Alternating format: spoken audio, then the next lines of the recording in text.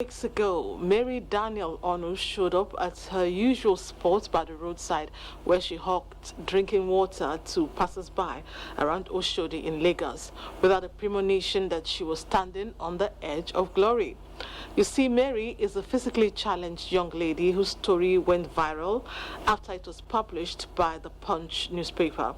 I'm sure you are curious about the aftermath of that exposure. Well, I met with Mary a few days ago, and here is the latest. In case you missed it on social media, these are flashes of the film report that caught the attention of the world. Mary Daniel Onu became an instant celebrity with overwhelming empathy flowing her way from Nigerians across the globe.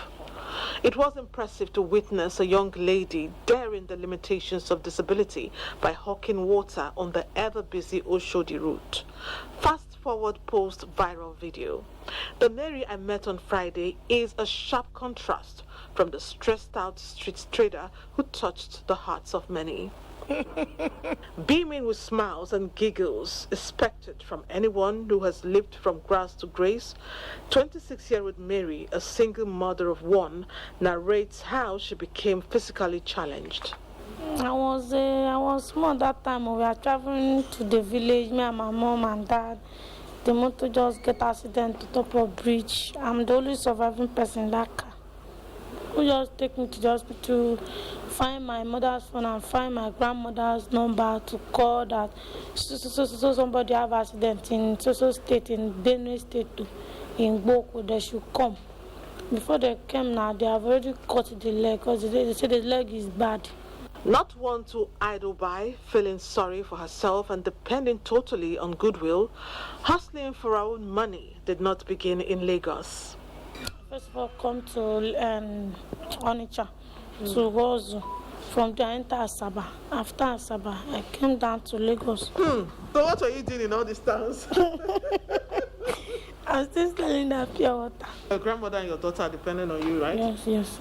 Like how much were you sending to them before? Sometimes every month, I'll gonna reach 20,000. So I'll give them 10,000, let them manage. Since Limelight located Mary, encouragement has come from high and low places. Strangers have been magnanimous especially. However, the donations have invoked the greed in specific individuals, allegedly. The constant demand from certain quarters is reminiscent of her experience during the pandemic lockdown, when some kind-hearted persons presented her the sum of 500,000 naira. Her baby's father and estranged lover cleared the account, leaving a balance of only 2,000 naira. Now that fate has smiled on Mary again, the man in question has allegedly been calling her number non-stop. Incidentally, during the interview, her phone kept buzzing with calls from relatives who had abandoned her since she lost her parents and leg 15 years ago. Change your number. But you can't change the number now. In order to protect Mary from predators who are desperate to feed off her, the Lagos State Civic Engagement Department has taken charge of her rehabilitation. If she's going to get a second chance in life, then someone needs to guide her. Someone needs to be with her, and that's what the governor is all about. Mary is from Kogi, and the state government is also interested in her welfare. The personal assistants to the governor journeyed all the way to Lagos for this scheme. He said, go and find out where she is and get back to me. So that's where we are now. It is pertinent to ask if the special interest in Mary is just a photo op that usually precedes viral sub-stories, considering the fact that there are countless Nigerians currently in Mary's previous situation. Her story is different. It's different in the sense that everyone could see that she has a challenge. Ordinarily, so many people would use that as an excuse to, sit back and start looking for who would give them money, who call them dash and all those things. But you could see a lady who is so determined, who is focused. Fair enough, wouldn't you say? Going forward, Mary's plan for a better future is pretty basic.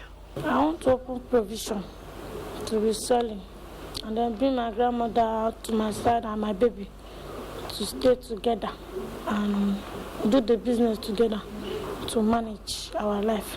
For now, Mary is being accommodated by the Lagos State government, with plans by the government of Kogi to ensure that her good fortune doesn't end up a flash in the pan. Yes, Mary is doing great and things can only get better.